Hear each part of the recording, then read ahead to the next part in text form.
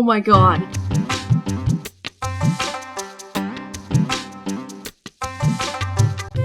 হাতির মতো এই বিশাল আকারের গরুটা ৮ লক্ষ টাকা দাম বলেছিল কোরবানিতে, তবু বিক্রি করি নাই, কারণ এই গরুটা আরো 2 বছর গোয়ালে থাকবে।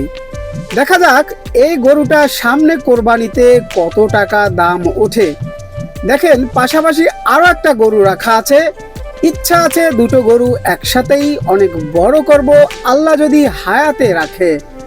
এখানে দেখেন এই গরুটা একেবারে হাতির মতো কম না, দেখেন বিশাল আকারের এই গরুটি আরো 2 বছর রাখার ইচ্ছা আছে এই খামারে।